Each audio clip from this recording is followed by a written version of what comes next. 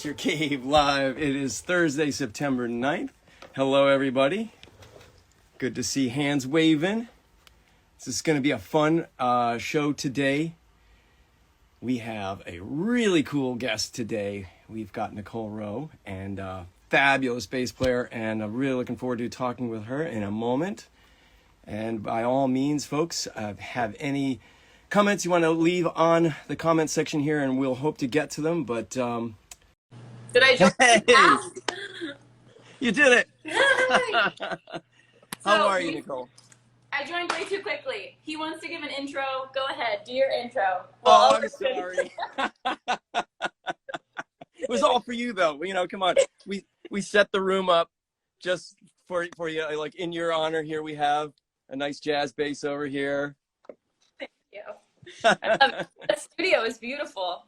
Well, thank you. Yeah, we built this over the pandemic, and as you saw from up above, it's a full-on immersive experience in here, and complete with dog. We have dog here. Oh God, yeah, I'll bring my dog in at some point too. But he's turning 17 in a couple days. How old? 17. 17. 17. I know. Incredible. I know. I don't know how he's made it this long, but yeah, he's gonna be 11 soon, so I can relate to the senior thing. But man, that's great. I know, it's crazy. What kind of dog? He is a puggle, which is it's a designer breed.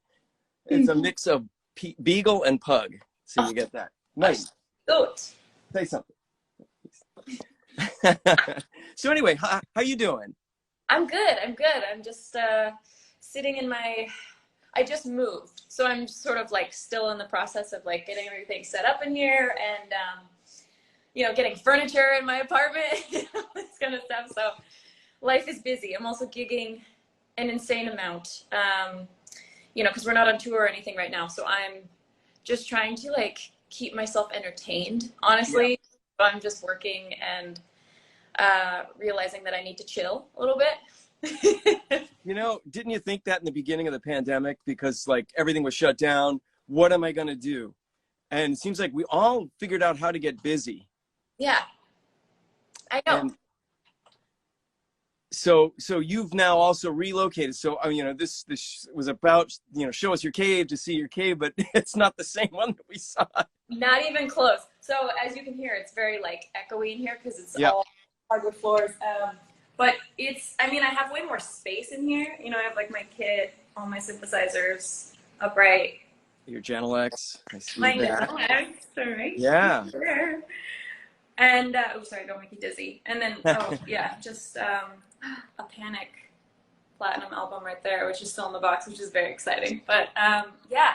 And then a whole closet just full of pedals galore and so many things I don't need. But, yeah, it's still very bare bones right now. I need to treat the room, which has been an interesting experience with Genelecs on their own because we'll get to that. But, yeah, the room is very, very noisy. Well, we'll have to check back in later once you get it all together and see where you're at. Yeah. But let's talk bass. How about that? Yeah, let's do it. I like that, right? You know, I was thinking about this when I was coming together with some questions, and it's the one thing that I've often thought about. I went to school, I went to Berkeley here in Boston, and if I could go back in time, definitely would have picked bass, you know, because I just think that guitar players, there's lots of them, but the bass, it unknowingly has a lot of the direction, the control. I mean, you've got melody, percussion, you've got everything all rolled into it. Yes. Yes, you do. I was just talking to somebody the other day about the approach to learning music, just like a song, you know, something really, really standard.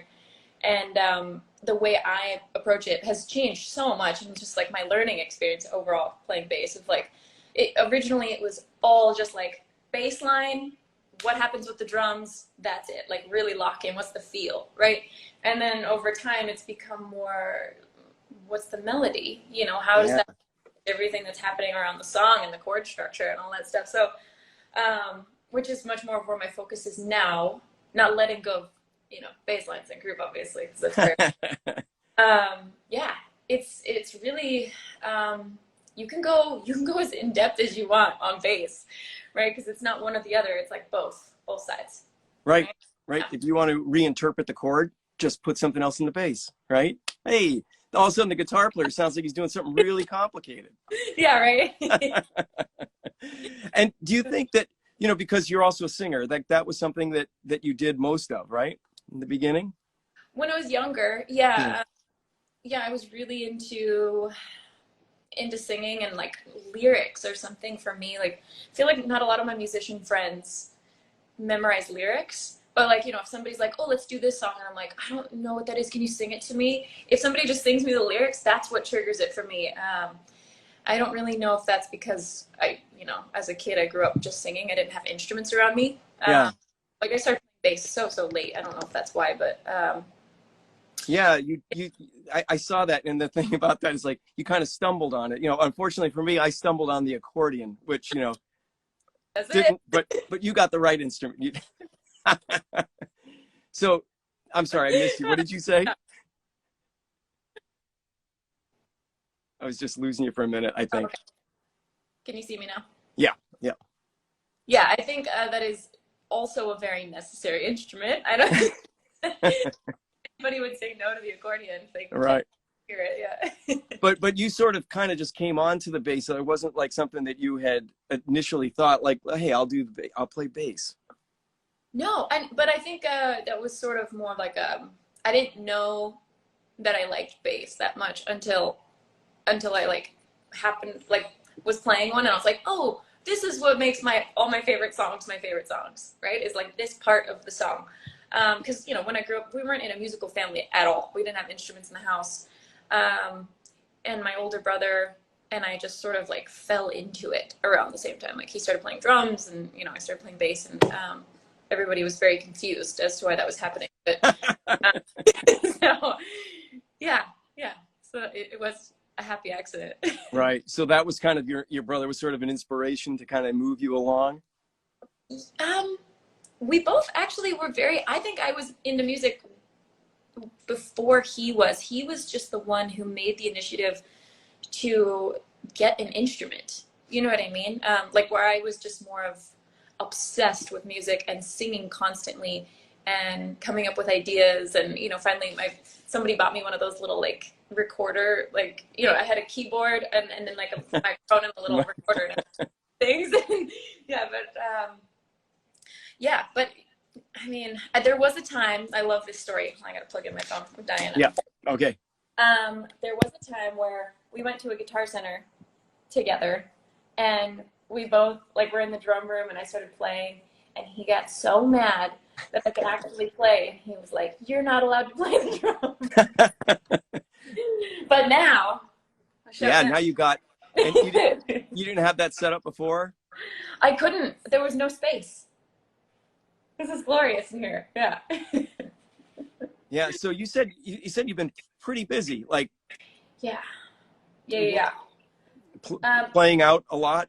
Yes. So, you know, as it was, I think for everybody, we were you know, COVID had benefits as far as like finding different parts of yourself, you know, creatively, like writing and stuff. But gigging was definitely missed. Playing with people and playing live.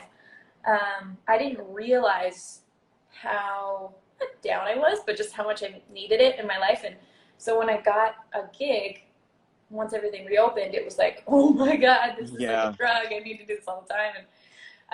And now it's just like, you know, we'll do like 2 gigs a day. And it's like, you want to do it, but then you know, I see my friends all the time and we're all just like tired. I'm like, why are we doing this? We're kind of overdoing it now. Yeah. So, and it's just like everybody else who, maybe not musicians, but people who just want to go out in the world and like, you know, party, really. Like if you go to Hollywood nowadays, it's terrifying. It's terrifying. It's full chaos. Everybody's all over the place. So everybody's really pushing it to the limit right now because we didn't have it for so long. Yeah. Yeah. That makes me worry about how much longer that can go, you know? It won't go on that much longer. No. Everybody's burning out. Yeah. But aside from that, you know, online sessions or, you know, doing remote sessions. Yeah. Are you still involved in a lot of that as well? Is that still happening? Yeah. I mean, it's slowing down. I'm kind of prioritizing certain things a little differently now, as far as, you know, if I want to, you know, I definitely pick and choose who I want to work with, and make sure I have a lot more time for my own studying and my own creating, you know, rather than just taking on, because I'm enjoying gigs so much. Yeah. You know, I don't want to just be running myself ragged. So I am still doing a decent amount of it, but not as much as I was, nearly as much as I was during COVID. Yeah.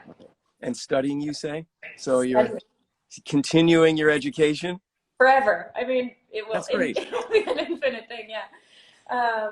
Absolutely. I mean, the real like heart of everything that I'm doing is the fact that I'm just obsessed with my instrument. So, you know, like I'm at my most happy point when I'm just sitting in here alone, like a freak, like just, you know, shedding some really confusing stuff and like trying to learn some concepts, you know.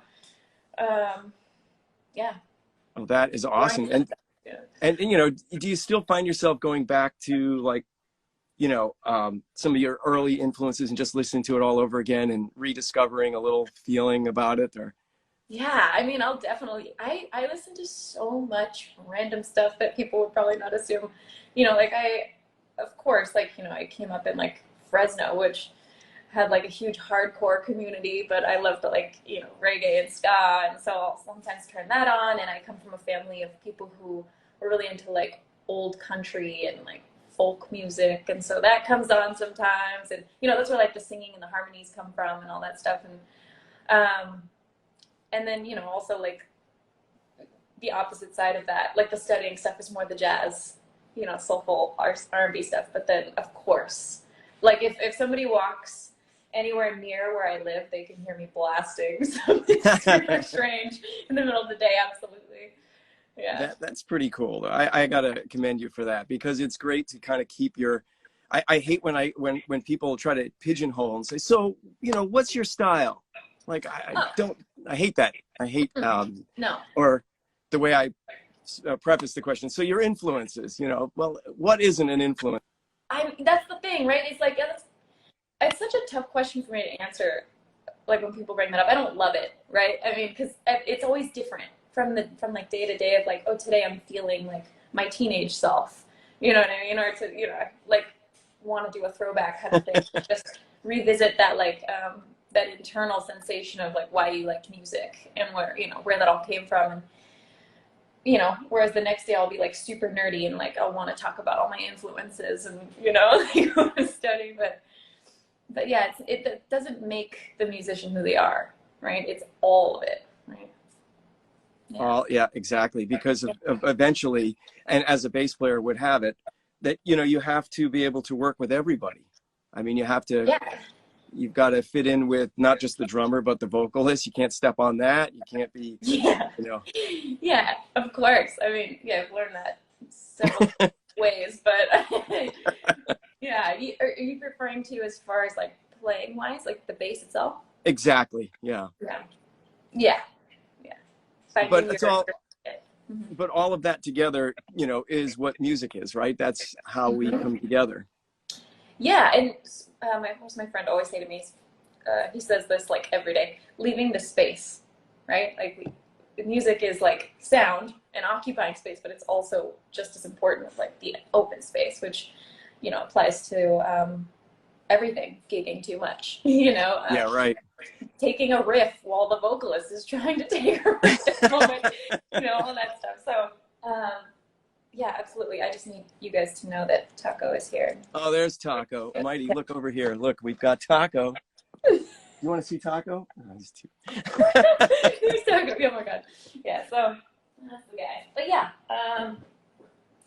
yeah, and then also that applies to performing, I think too. Just like, you know, do you walk out in front of the singer on the thrust or do you not? That depends on your environment. Yeah, you kind of have to, right? And so your steady gig has been Panic at the Disco as of what, it's been a few years now, right? Couple years? I'm like, I want to say 4. I want to. I'm clearly not keeping track the right way, but because the pandemic really confused me. You know what I mean? It really did. We lost a year, so. Yep. Yeah, that's the gig, and I hope that stays the gig forever. I love those guys. I mean, it's so dynamic. It's like, that must have just been like, when you got the call for that, I mean, you were already doing pretty good career-wise. You weren't doing too bad. Yeah, things were growing in a weird way that I wasn't expecting for sure at that point. You know, in a weird direction. I didn't expect to be a touring musician at all, but yeah, that was an interesting thing when I got the call, because I hadn't really like listened to Panic since I was really young, you know. And I was at the laundromat, I think, when I like got on the phone with management. I was like just hanging out, like, yeah, sure, like, you know, outside in the street. And it didn't really like hit me. I went home and I was talking to my friend, and she was like, "Wait, did you say Panic at the Disco?" Like, I was like, yeah. Like, you know, we'll see what happens. And she was like, "Okay, you remember who that is, right?" And she was like blown away that I wasn't melting, like my brain wasn't exploding. But it hit me when I got to Brenton's house, and I was like, "Oh, This is for real. this could be really, really cool." I totally missed that. But yeah, because, you know, I feel like in this world, you get calls all the time and things fall through, and, you know, you never let yourself get too excited about anything, because it's just always moving, constantly changing. And, you know, so I guess that's just kind of where my head was at when I got the call. But I am very grateful. So Yeah, I mean, how could you not be in that? I just imagine like getting that call and then immediately like hitting the road. Yeah. I mean, God, how long was it? Was it? Yeah, because they had their bassist had left right before their tour was supposed to start. We did the Underplay tour, which was probably my favorite one of all. But that was where we just did these like tiny little clubs, you know, like something you do here in Hollywood. And people, I think they weren't announcing the location until hours before. So people would just come rushing these places and like try to get in line, and only so many people would get in. And it was just such an energetic experience, you know. It's really cool. Amazing. And so the whole catalog, you got it down. Well, I didn't have to learn. I mean, there's no way I learned everything, right? But you know, we play for like 2 hours. That's our set. So it's long. It's real long. And there's, you know, like modifications on the songs. You know, there's key changes. There's we go into like these unique sections or hits that we don't do on the record, and, you know, stuff like that. So it was fun, and rehearsals were super fun. So Wow. special, yeah. So I was going to ask you too. I was just kind of curious, and a lot of people keep exceed the questions that keep popping up. When's the next tour? What's going on? When You tell me. I mean, you heard it, folks. I think what everybody kind of doesn't fully understand is that everybody's like, why aren't you guys out? There's other bands out. You know, it's because there was like a back order on tours, you know, and like COVID hit, Right. And everybody who had stuff booked, you know, like they weren't able to go, but they were still like holding that stuff and holding all of the equipment, holding all the, you know, the team, like all the people that you need for it. You can't just like, they don't just show up. You have to like, you know, get those people ready, and all the trucks, everything like that. So all of that is happening now. Like all the stuff that was supposed to happen is happening now. So there's not really availability to just jump on a tour. You know, it doesn't just work like that. So there's just a little bit of like we all kind of have to wait a little bit. Because when you're ready to go, you're ready to go. But, you know, it's not like it's going to be, there won't be enough one. I mean, there will be lots more. It's just not right now. Yeah. Yeah. So. And for yourself, have you, because you work on your own projects as well, you've got some things in the works there? Yeah. So I started writing, other than just being like, you know, the session person playing other people's music, I accidentally started writing during COVID, and that's not really, I'm not a tech guy. Like, I'm not tech savvy. I had to learn how to use Logic. It's not my thing. I'm mostly just a, like, you know, little basic kid. But,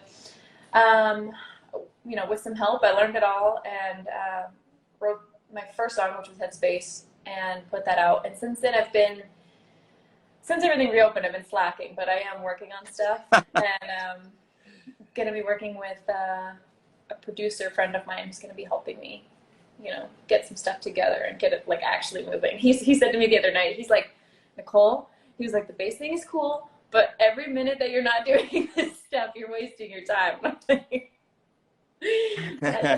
Well, So yeah, you know what? I was glad to hear it because I heard your song and I was like, that's why I asked the question, because it just, I don't know what direction you would go with whatever you're working on. Let that be a surprise.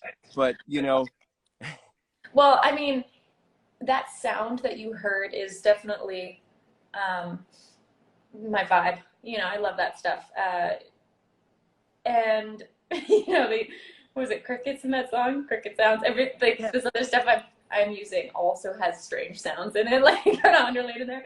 So I feel like that's just going to be part of it. But the thing I've been receiving from people is that they want vocals on it. You know, they want singing.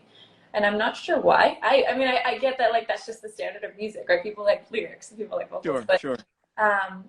That would be new to me. So I will be doing that. It's just, I think that would be like the unique thing that would change about the music. But the vibe overall is probably still going to be that thing. Well, yeah. I really liked it. And I have to make the comment that I especially just love the tones that you do when you play bass. It's just, there's that melodic thing, but I don't know how best to describe it. It is your tone. Yeah. Like, I've heard you play different things, but I hear you, you know. It's that, you know, it's not the bass. Obviously, it's the way you play it. But that jazz bass, that 4-string Marcus Miller jazz bass, has always been, it's the one I've been using forever. And it has this, like, unique, gorgeous tone that I've been unable to get from anything else. Isn't that amazing? That's the bass that I will use for everything. Awesome to hear. Yeah. I know. It was at NAMM a couple of years ago. I was with a bass friend of mine, and we were walking, and we go down the aisles, and he was looking, and he saw all these basses that were like 4 8 strings, where he's like, not that aisle. No. Not that. Yeah. Some people are purists. Right. I have been cheating on the purist concept lately with my 5 strings, but that's just because of a genre thing. That's been I mean, there's specific needs for it. You know, you have to be real about it. And all that. Yeah. So there's that. My face is getting refretted right now. Otherwise, I'd pull it up here and show you. Well, one last thing on the bass is that on mine here, I refretted it to put flat wounds on it. Yeah. And I apparently bought the short neck strings. So. Oh yeah, you got short scale strings. Have you ever done that? Like, just bought the wrong strings? I've only done it when, like, there was just more of like a discrepancy of like the company versus the bass I was using. You know what I mean? Like, where certain companies make them for their own kind of models, like a ball string. You know what I mean? And like the pegs are in different places. But it's rarely ever happened. Warning, it can. What? A warning, it can happen. It definitely can happen. It's the worst. You don't realize it until you've already like clipped the string and you're winding it up. Oops. Yeah. So, yeah. So, Genelec, you've got your Genelecs. I'm curious, how long have you had them now? It's been. Oh man, God, it's probably been like about a year now. Could that be right? I think you could be right. That's crazy. Yeah. See, pandemic, what it does. What has happened? Yeah, so I've had these for a year. I did a lot of research to find the right monitors for myself. I asked a lot of people, got a lot of opinions, watched a lot of YouTube videos, and I love these ones. I think recently what I've found, I mean, they're very clean, which is really great for everything I'm doing, because, you know, I feel like people assume that a bass player would want something super warm, right, and low end, but as far as clarity or like writing, that's not the case, right? When I brought these into this new room, because of the space itself is untreated and, you know, it's a unique room, it was so bassy and subby in here. And there's the EQ switches on the back, right? And so I clipped the bass roll off switch, and it's like real nice in here. I love them. Yeah. That's cool. Yeah. So you did a lot of research. You had you asked some friends as well, and kind of brought you down that path. Now you're just, what is it, the 30s, right? You've got the Yeah, smaller, but you still get what you need out of them as far as the. Yeah. So I actually considered buying a sub before they got here, and you know, I was like, okay, don't be too eager. Like, order the 30s and like see how that goes. And I didn't need a sub at all. My main concern, my struggle sometimes with monitors is my synthesizers. Like, you know, the Moog can be kind of cruel. So I thought I might struggle there, but no, I have no problem. It handles everything so well. When it gets down to like, what's the really importance of a monitor? It should really just play back what you're putting in and be able to give you the definition of that instrument and not try to accentuate it in any way. Yes. There were times when I was working with, we won't name any names, but I was using other gear, and I was creating sounds on my synth for some gig. Oh, it must have been the Troy Sivan gig, and Miley. And I would go into rehearsals, and they would pump everything through the house, and it sounded drastically different from what I was hearing at my house. And I have to immediately just like change a bunch of things and redial in the sound, and that was the worst. And I have not had that problem since I got these. Very cool. And as far as synths go, you've got a few different things behind you. Oh yeah. What do we have? Let's do a little walkthrough. Yeah, let's do it. All right. So we've got the Nord. Oh yeah. We've got the Sub 37, which I love. And then this guy, she's on the floor because I don't have Dave Smith, which I love Dave Smith stuff. I almost bought one of his other synthes, that yellow one, whatever that one's called. Can't remember now. But yeah, those are the synths. This is my drum kit. This actually I discovered on tour. We had a jam room every day on tour, and I started trying to get Dan to teach me how to play drums. And so I would sit in there, like, learn. And then at the end of it, one of the Roland guys came out, and I was like, please, help me out. So they helped me out with this. And it's been really fun. It's great to have, you know, you can get people in here to play, or I can like record, you know, naturally, which I like that a little bit more rather than creating drums. Do you know what I mean? Yeah, you want to be really doing it. Yes. So those are my synthesizers. I also have my Form Factor amp back here. And then I have, well, the Ike you can't see, but there's an Ike back here. I'm actually in the market for a vintage combo amp. If anybody has anything they want to sell me. Well, now's a good time to ask that question, I guess. Yes. And then let me see if I can embarrass myself a little bit with this. Hold on, let's see here. This guy, this is my closet. Oh my God. It's a terror. There's also just a neck in here. There's just a neck. So pedals. There's more than that, but I won't take you that deep. It's very. Yeah, what do you do with them all? The pedals? It's such a thing that so many people get stuck with. You know, they just consume. It's one of those things. Everybody thinks, you know, we get stuff and then we realize we need something slightly different. And rather than selling it and getting the new thing, you hang on to it because in the back of your mind, I feel like all musicians are hoarders with their gear. Like we're just like, I might need this at some point. So you just keep it, you know? That one particular setup, that setting, the only way I'm going to get it is with that. So I got to keep it. Yeah, exactly. Yep. Mm-hmm. Yeah. So, so the room isn't set up yet to where you're going to have everything, but that'll all. It's a mess in here right now. It's a terror, but you know, I'm not rushing anything. We're going to treat the room. It's going to be amazing eventually, but here it is, bare bones before it's done. Well, this is the first, I have to say, Nicole, and everybody check it out. The first time we've done a cave where the cave isn't ready for showtime. It just happened like this. Isn't that so funny? Like, he got me after I moved. Yeah. Well, maybe we could do a follow-up later on when you're ready. Yes, that would We'll do the before and the after. Yeah.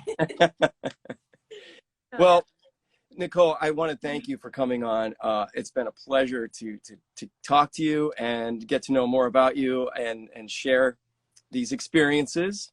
Yeah. And really wish you well with all the performances and the tour yet to come. Yes. And anything else that you might be giving to the world. Thank you so much for having me on here. This was really fun. Oh, awesome. Well, I'm glad you liked it. Sorry. All right. Well, if you're getting questions, I see you guys going to town down there, but I know. chatting away. I'm sorry. There's so much. Maybe if we find time, we can help in that market, but we're good. We're good. We did what we could. All right, Nicole. Awesome. I'll talk to you guys later. You got it. Be well. Bye. Bye.